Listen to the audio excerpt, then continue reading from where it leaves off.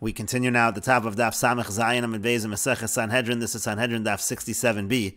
And the previous Zama, the Gemara brought a brisa with a machlokes tanoim by Mechashefa. What death penalty does the Mechashefa get? And Rabbi Akiva says that the death penalty is skila because it's learned out from Har Sinai, where a similar language to lo sechaya is used, and we say over there it is skila. And Rabbi Akiva is now responding to Rabbi Yossi HaGlili, and he says it's better to learn out from the situation of Har Sinai, where there's multiple possibilities by Jewish people of death penalties, rather than learning out from the non-Jews. It uses a similar language by wiping out the nations of Canaan by non-Jews, but they're misa achas. When it comes to non-Jews, there's only one death penalty anyhow, so we shouldn't learn from there. Rashi explains, Misa achas kol miso ha'amur levnei Noach eino el asayif. Anytime you have a death penalty for the bnei Noach, for non-Jews, it's always with sayif, it's always beheading by the sword, and so therefore, again, Rabbi Akiva says, we shouldn't learn from there. And the brisa continues, Ben Azai Omer, Ben Azai says, Nemar mechashefa lo sechaya. Again, it says mechashefa lo sechaya. V'nemar, and it also says in the next pasuk, kol shochev in behema mos yumos.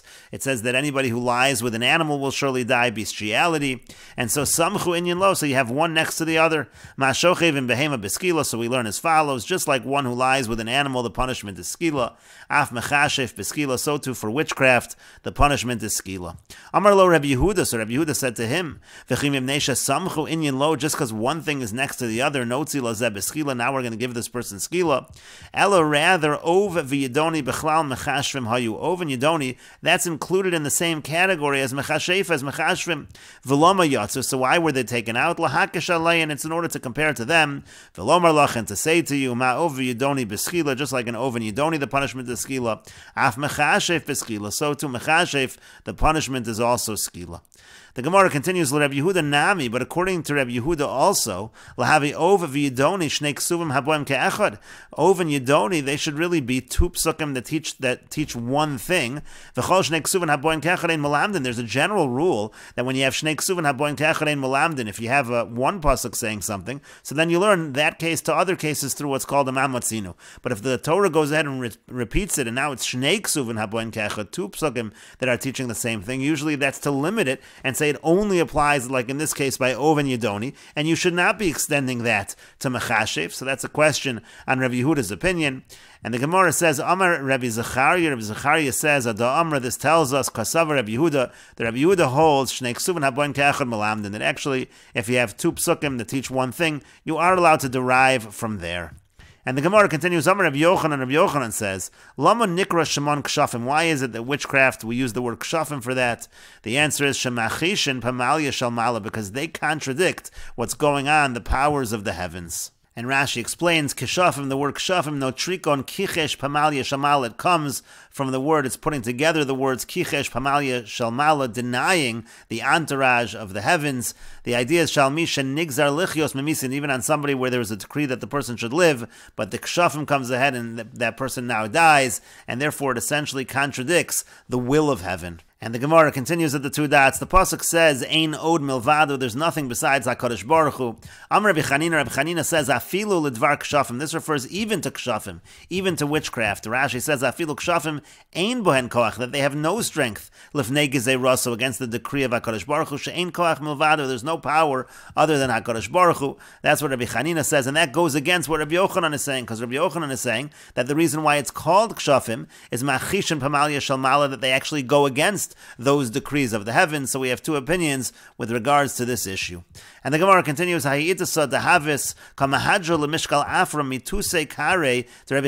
was a woman and she was trying to take the dirt from underneath the legs of Rabbi Chanina. Rashi explains, she wanted to do witchcraft against Rabbi Chanina. Amar lo, he said to her, zili avidi einod milvado ksiv. Rashi explains,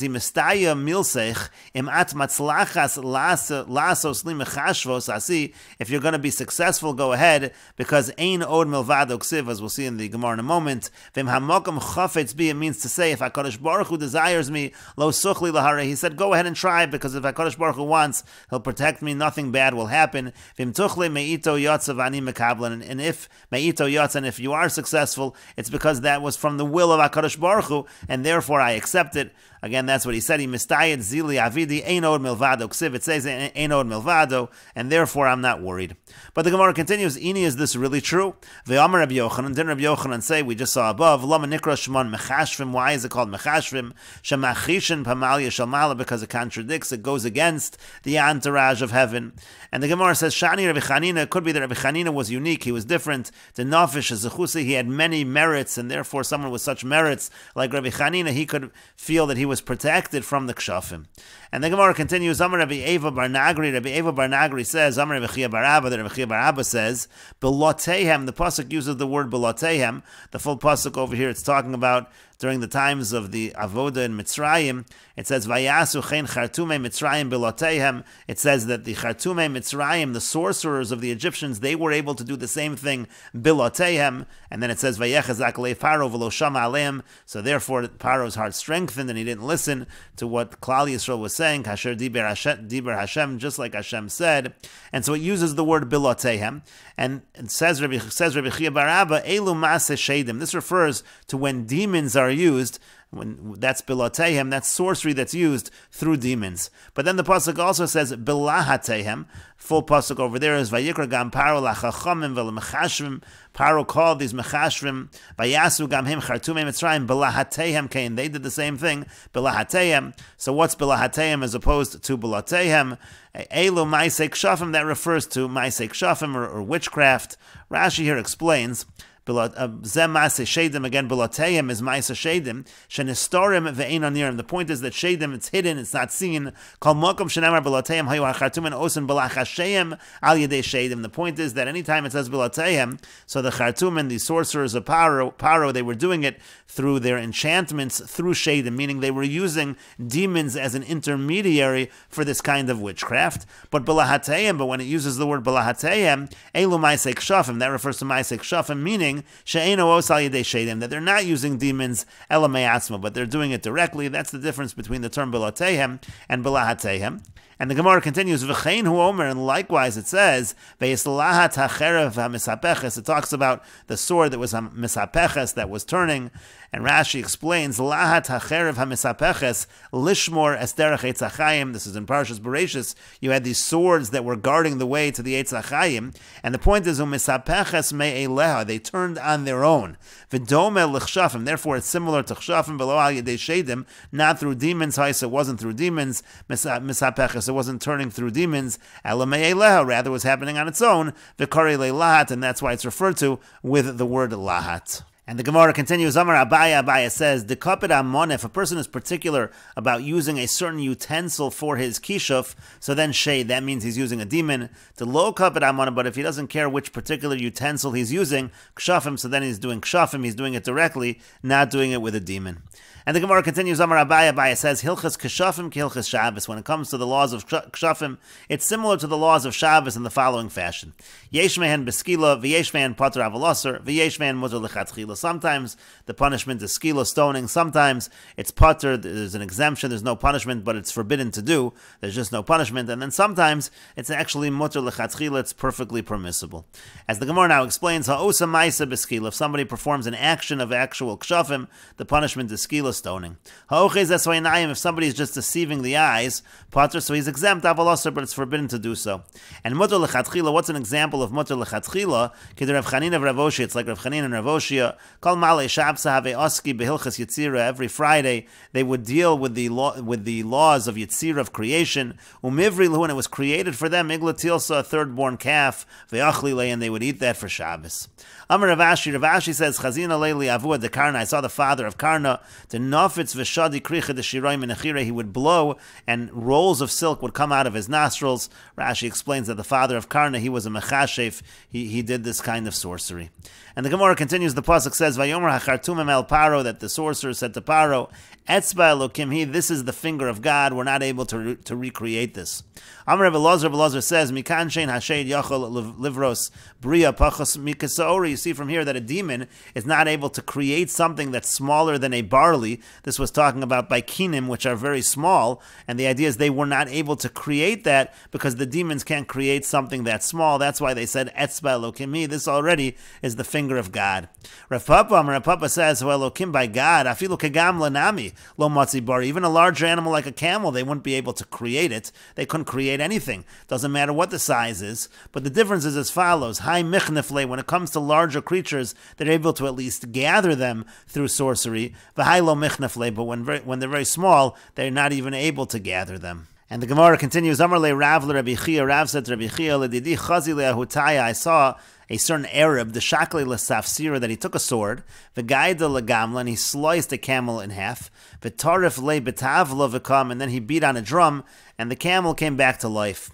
Amar le said to him, Levasar hachi damu parsa mihavoi, he said back to him after that, did you see blood, did you see excrement over there?